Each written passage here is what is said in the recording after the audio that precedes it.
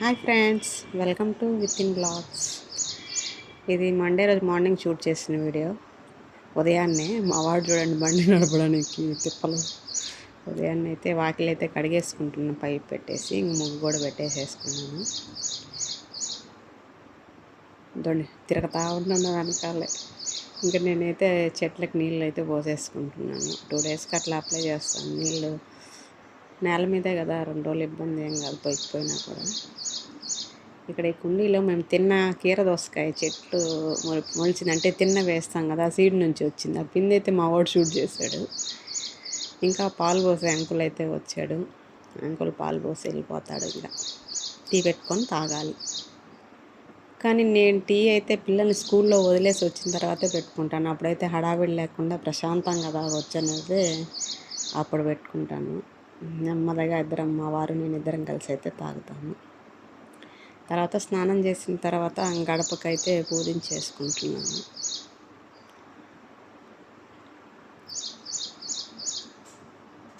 తర్వాత పూజ చేసేసుకొనేసి లంచ్లు అయితే పిల్లలకి పెట్టలేదు, వండాలి.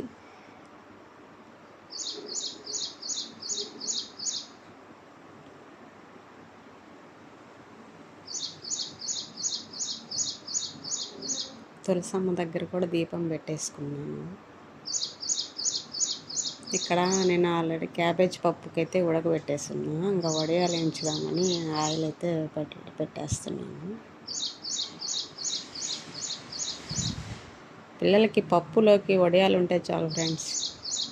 ఫ్రైలు ఏం లేకపోయినా ఇబ్బంది లేదు, కానీ మా చిన్నోడైతే వడియాలు కాస్త ఎక్కువ పెట్టమ్మా అని చెప్తాడు. ఇదిగోండి క్యాబేజ్ పప్పు అయితే రెడీ అయిపోయింది.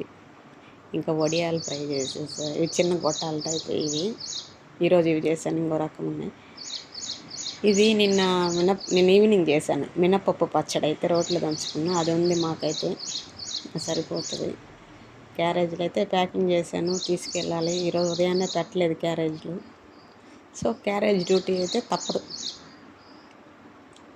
డిక్కీలు అయితే పెట్టేసుకున్నా. పెద్దబాబుకి విడిగా పెడతాను కర్రీ కాబట్టి దొల్లిపోతుందేమో అని డిక్కీలు అయితే పెట్టేసుకుంటున్నా. బండి ఛార్జింగ్ కూడా ఫుల్ అయిపోయింది.